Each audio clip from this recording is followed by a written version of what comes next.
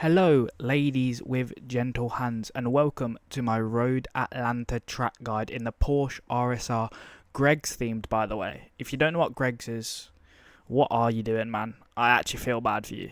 Anyways, let's not waste too much time.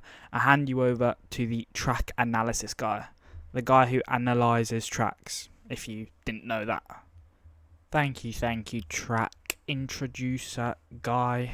Don't actually know who he is, but anyways, it is time to get into the analysis of Road Atlanta. 2.54 miles long, 12 corners. Beautiful track in my opinion, one of my most favourite. I've loved doing this track. Well, pause, but I've loved practicing on this track. I always love, this track is always the track I race on when I'm bored and I have nothing to do, basically.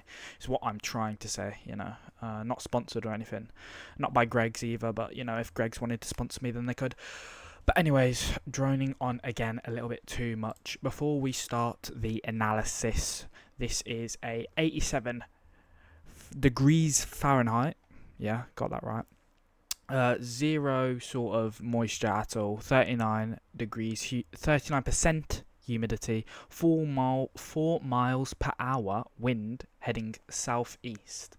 So yeah, everything nice and stable. Temperature is a bit hot. You can always find it in the leagues tab on iRacing and go to TRC and you'll be able to find it there if you want to do some practice on the exact times, dates, everything. But yeah, after keeping you lot waiting, we'll start the analysis now. So heading into turn 1 now, you want to brake just after the grass on the left and look to turn in a little bit late.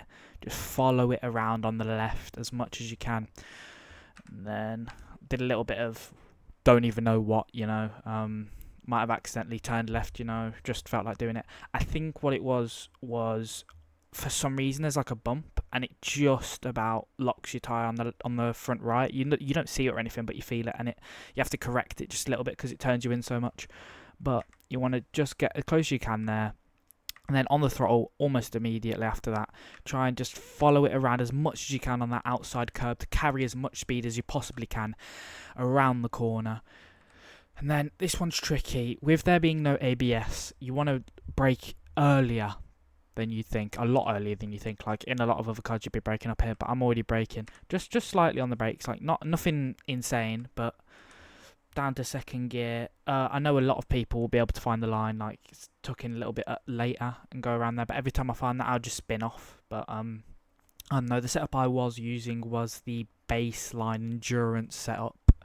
I think it was high downforce or something. But yeah, this corner is also a bit tricky in cockpit view because you cannot see that apex on the right. So you need to just sort of like wait till you can see it, get on it, get almost as much as you possibly can, keep two wheels on the track, follow the left. This is all flat out now, by the way. So this corner, it's also kind of blind when you're up past where I was, but you want to try and you want to try and not put two wheels here because I think there's a bump, but try and get two wheels on the grass and try and just exit here, try and carry as much speed as you possibly can. Just slight braking, like uphill braking you don't really need to use a lot because of the cars. A lot of the cars, I don't know how to explain it, but like a lot of the cars' weight is back because obviously when you're on a hill, a lot of your weight goes further back, and I'll try and pull up a graph if I can remember. But post-analysis guy here, I could not find a graph at all on Google on anything to explain weight distribution of a car on a hill. But I think I've come up with a sort of explanation. So when you're going uphill, there's more weight on the rear as your car is angled upwards and gravity is pulling your car down, and obviously as the car's getting pulled down, because the lower bit of your car is at the rear, it pulls more of the weight down to the rear of the car because it's further down, if you get what I mean. And obviously vice versa at the front, if you're going downhill, it is weight distributed more to the front because gravity is pulling it all to the front. So yeah, I hope you understand what I'm trying to say. It explains it a lot better. But yeah, you want to try and as much as you can to the right. See, I'm not even on the grass. I'm maybe the tiniest little Newton fucking atom on the side of the grass. Yeah, and this is optional. You can either go on the curb or you can go around it. I like going on the curb just because it gives you that extra bounce. But it can also do that. Look. Oh, but I'm just too good of a driver, honestly. I just kept it rolling. Obviously, it's my best lap, so obviously I did something right. But yeah, you can go on that curb. You won't get an off track until you go on that gravel, I think. Just as much as you can. This is all about carrying the speed. This track is a lot of momentum based, even though you are in a car that has a fuck ton of horsepower. But yeah, it's a lot of momentum based, especially in the uphill, downhill sections. And then coming down to this corner, you want to break the first dash line. I didn't actually realise it was a dash line until I'm doing this right now. Go up to about 70%. Remember, no ABS. Down to second. Try and chuck the car in on the grass. Try and use as much of the track as you can. As much of the track as you can gains you time. Obviously, now to the outside. As much track as you can. Down to first. Cut the curb, again, as much track as you can. Then just slide and just as much into that traction control as you can. Because even though there is traction control in low speed, you can muller it. You can go really far into it. It's optional to take that outside curb. Obviously, you can if you want to. It can sometimes bounce you out. It can sometimes bounce you into a corner. So it's just whether you want to take it or not. Obviously, if you're gaining speed, then take it. This corner now, brake just as it starts to flatten out. I don't really look at this board.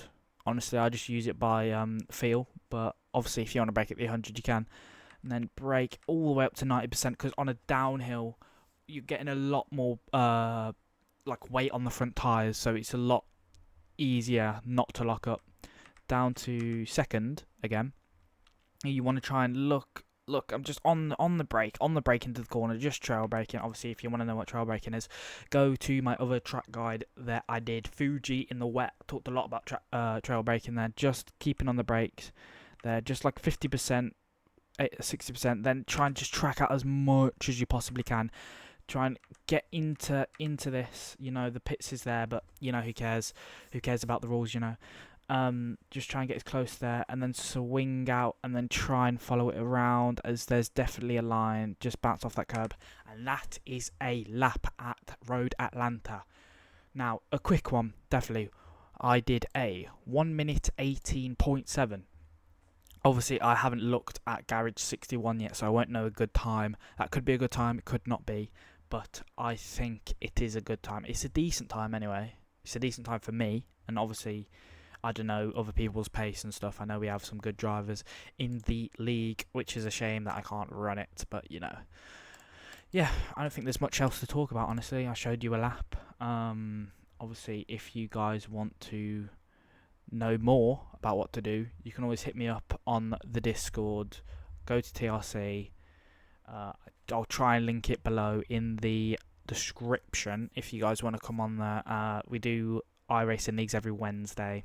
Not sponsored again, but you know, doing this for free out from the love of the game. The game is game, love of the game. Anyways, I've droned on. I've wasted enough of your guys' time. I tried to go through that track guide as quick as I could, not to waste much of your guys' time. Thank you for listening again. Yeah. Any information you want, hit me up on the Discord. I won't post the setup because it's just a baseline iRacing setup. Obviously, some people's setups will be a lot more oversteery. You want an oversteery setup with these cars because no ABS. It's a lot harder to trail brake because obviously no ABS. But yeah, link in description of the Discord. I'll try and link it in the description. But yeah. Thank you guys for listening, and I'll see you guys later. Peace.